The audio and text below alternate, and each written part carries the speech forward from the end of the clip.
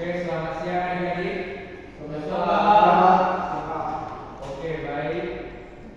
Di sini kita masuk materi dasar-dasar pemeliharaan kelistrikan kendaraan ringan. Sebelum masuk ke materi, kita berdoa menurut agama dan kepercayaan masing-masing. Berdoa dimulai.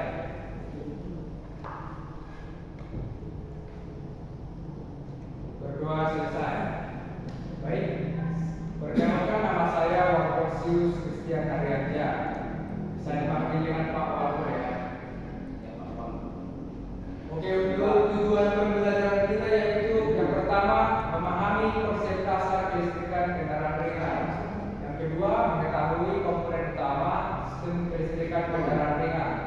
Yang ketiga mampu melakukan perawatan dasar pada sistem kelistrikan kendaraan ringan. Oke, sebelum masuk ke materi, di sini siapa yang sudah tahu apa itu pengertian dari kelistrikan kendaraan ringan? Apakah ada yang sudah tahu? Belum, Pak. Oke. Kelistrikan kendaraan ringan itu merupakan rangkaian komponen yang bertanggung jawab untuk menyediakan tenaga listrik bagi kendaraan seperti lampu, sistem pengapian, injeksi, aksesoris elektronik lainnya. Kelistrikan pada kendaraan ringan ini umumnya melibatkan baterai, alternator, starter, kabel, fuse, relay, dan sakral-sakral yang bekerja secara terpadu. Untuk pentingnya pemeliharaan kelistrikan kendaraan ringan itu karena sistem kelistrikan mendukung kinerja keseluruhan kendaraan. Gangguan pada sistem kelistrikan kendaraan ringan dapat menyebabkan masalah pada starter tidak berfungsi, lampu redup atau mati, hingga gangguan pada sistem elektronik kendaraan. Untuk materi selanjutnya itu komponen utama pada sistem kelistrikan kendaraan ringan. Yang pertama ada baterai.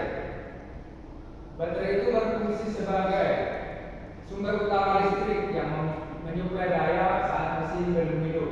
Yang kedua ada alternator.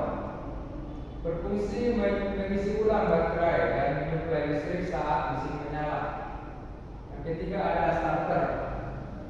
Fungsinya untuk menggerakkan mesin agar dapat menyala menggunakan daya dari baterai. Yang keempat fuse dan relay. Berfungsi melindungi sistem kelistrikan dari korsleting dan mengontrol aliran listrik. Yang kelima ada kabel dan konektor. Fungsinya menghubungkan komponen dan menyalurkan arus ke seluruh sistem kelistrikan. Untuk prinsip kerja dari sistem kelistrikan yaitu saat kunci kontak diputar, baterai memberikan listrik ke starter untuk menghidupkan mesin. Setelah mesin menyala, alternator menghasilkan listrik untuk mengisi ulang baterai dan menyuplai daya ke sistem kelistrikan lainnya seperti lampu, pengapian, dan aksesoris elektronik. Sistem ini berfungsi dalam rangkaian tertentu memastikan semua komponen mendapat daya yang dibutuhkan. Dan ini gambar dari diagram alur kelistrikan ya. Untuk penjelasannya, jalur aliran listrik dari baterai ke starter, kemudian ke alternator, dan akhirnya ke komponen lain seperti lampu, sistem audio, dan sensor-sensor. Sebelum masuk ke materi selanjutnya, di sini ada yang tahu prosedur pemeliharaan dari kelistrikan kendaraan ringan. Ada yang sudah tahu seperti apa contohnya itu? Lupa. Oke, jika tidak ada, yang pertama prosedur pemeliharaan mesin kelistrikan kendaraan ringan itu yang pertama memeriksa kondisi baterai ya, memastikan baterai terisi penuh dan tidak ada korosi pada terminalnya. Yang kedua memastikan koneksi kabel, cek kabel agar tidak longgar atau berkarat untuk mencegah gangguan aliran listrik. Yang ketiga mengganti sekring atau fuse yang putus.